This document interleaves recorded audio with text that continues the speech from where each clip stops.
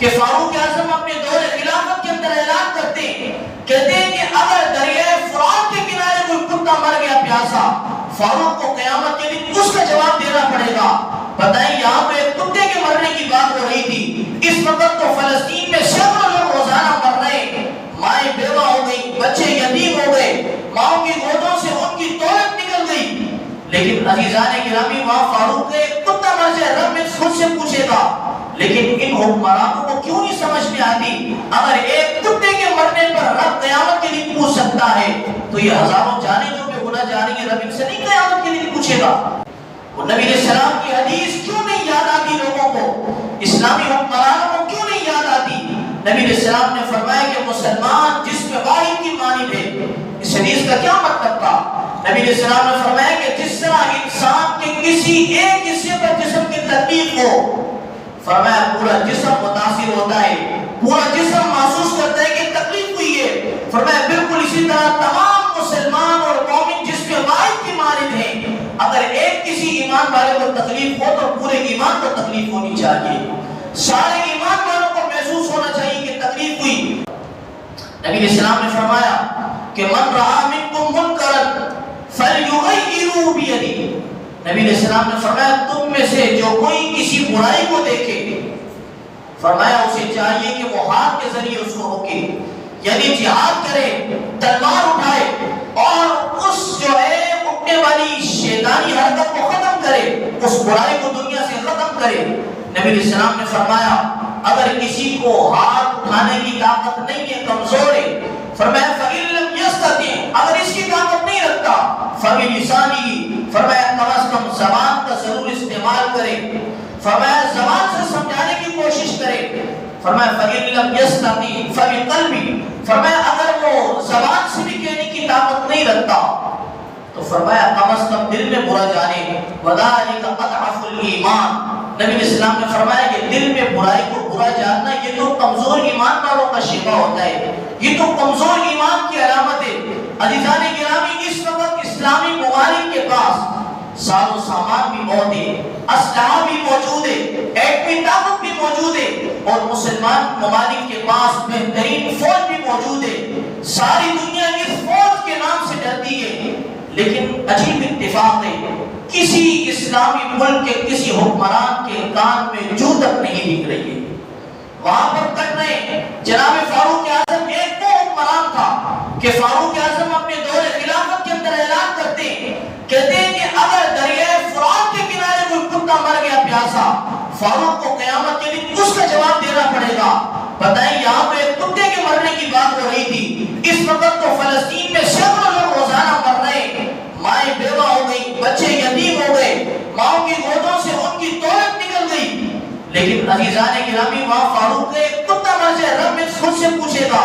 لیکن ان حکمرانوں کو کیوں نہیں سمجھ میں آتی اگر ایک کتے کے مرنے پر رب قیامت کے لیے پوچھ سکتا ہے تو یہ ہزاروں جانیں جو بے گناہ جا رہی ہیں رب ان سے نہیں قیامت کے لیے پوچھے گا؟ یہ ایمان کی کمزوری ہے۔ عزیزان گرامی کفر کا مقابلہ ایمان 2 منٹ میں کر سکتا ہے، کفر کچھ بھی نہیں بگاڑ سکتا، اس لیے کہ کفر کا جو ہے بھروسہ اپنے سامان پر ہوتا ہے اور ایمان والوں کا بھروسہ اپنے خدا پر ہوا کرتا ہے،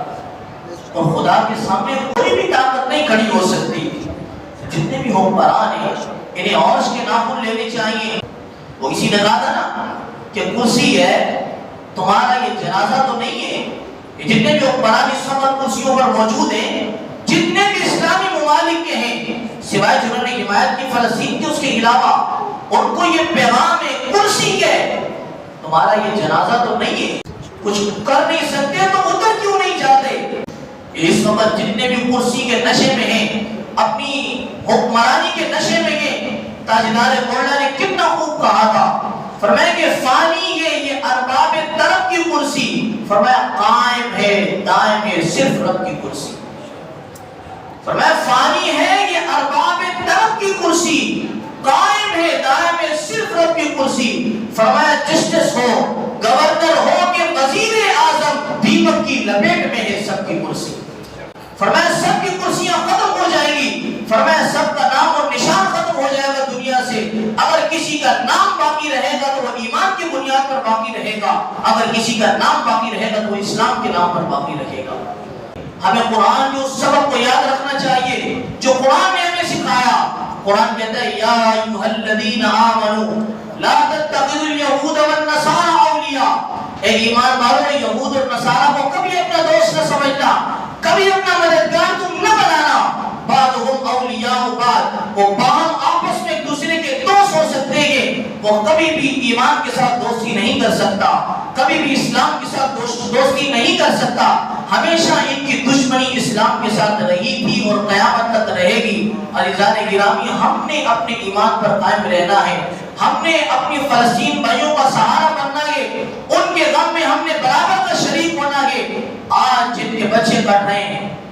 آج جن کے جوان کٹ رہے ہیں، جن ماؤں کی گودیں اجڑ رہی ہیں، جو بچے آج یتیم ہو رہے ہیں، ساری زندگی انہوں نے بھی نہیں رہنا، ختم ہو جانا ہے، لیکن ایک دن ضرور رب کی عدالت میں لگنا ہے۔ وہاں پر رب نے ان سے بھی پوچھنا ہے کہ بتاؤ تمہارے آبا و اجداد کو کیوں کاٹا گیا؟ وہیں پر ہم سے بھی سوال ہوگا، اگر تمہیں زندگی دی گئی تو بتاؤ اس وقت تم نے کیا کردار ادا کیا تھا؟ عزیزان گرامی، جب رسول اللہ نے فرما دیا کہ تمام مسلمان جس میں واحد کی مانند ہیں، تو اس کا مطلب یہی ہونا چاہیے دنیا کے کسی کونے میں بھی کسی ایک مسلمان کو تکلیف ہو، عالم اسلام کے اندر تمام مسلمانوں میں حرکت پیدا ہونی چاہیے، ان کے اندر یہ جذبہ ہونا چاہیے کہ اگر آج ہمارے اس بھائی کو تکلیف پہنچی ہے تو کل ہمارے تک بھی یہ معاملہ آ سکتا ہے، اگر آج ہم نے ان کی مدد نہ کی تو کل ہماری بھی مدد کرنے کوئی نہیں آئے گا۔ اگر آج اسرائیل کو امریکہ